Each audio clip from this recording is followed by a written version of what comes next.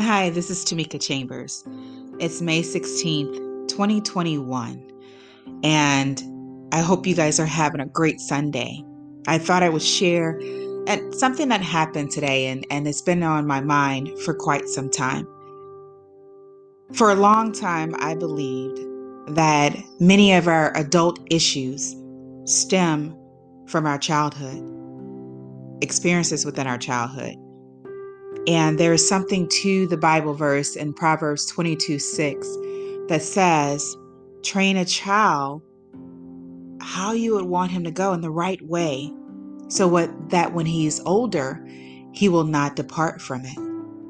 I know even in my life, given the many things that I've experienced, childhood sexual abuse, being raised by a single African American woman, not really having a relationship with my father, and many other things, that I decided to be a student of my life and to actually learn from them, to listen to my mother and listen to the things that she was teaching us about life.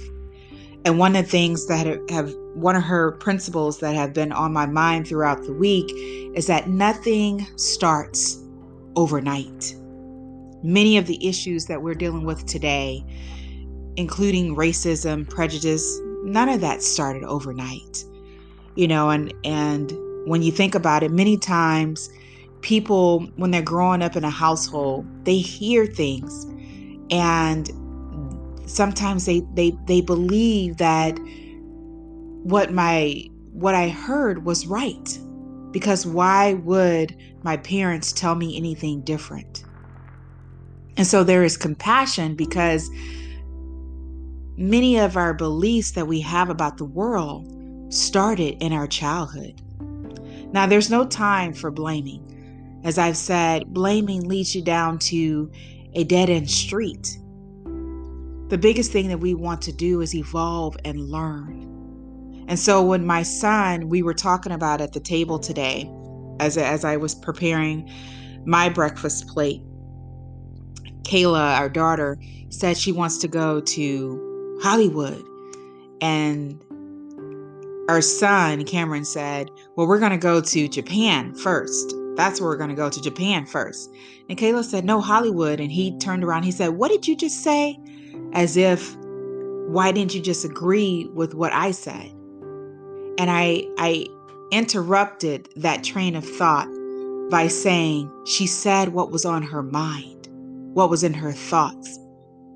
And it's not for us to downplay what someone else believes or thinks, but to understand, to hear them out, right?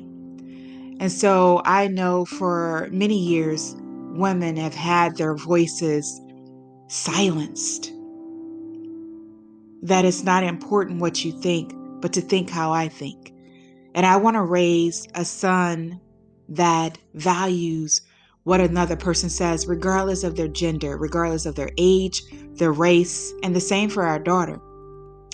And to teach them that it is okay to have those thoughts. You are not wrong. That is what you believe. That is what you want. And so I interrupted that with saying that she said what she wanted to say. And that's what she wants. And it's okay. How do we use teachable moments? We nip them in the bud, as my mom would say.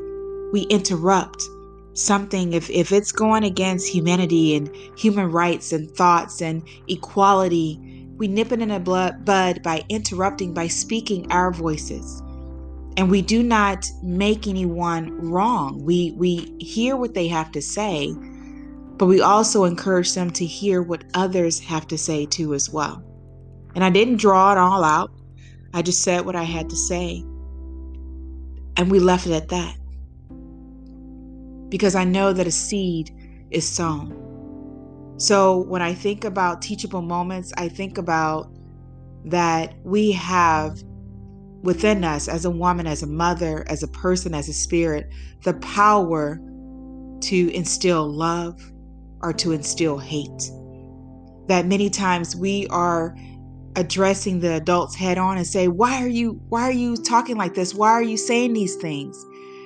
And yes, we're going to address them now, but many of the issues as mothers we can address in childhood, that if we see things are happening in the world, we actually bring it home and say, okay, what do I need to be on watch for? What do I need to listen to?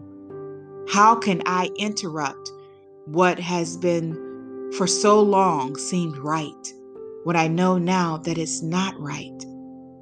That because I desire my voice to be heard, I desire for everyone's voice to be heard. And I desire equality.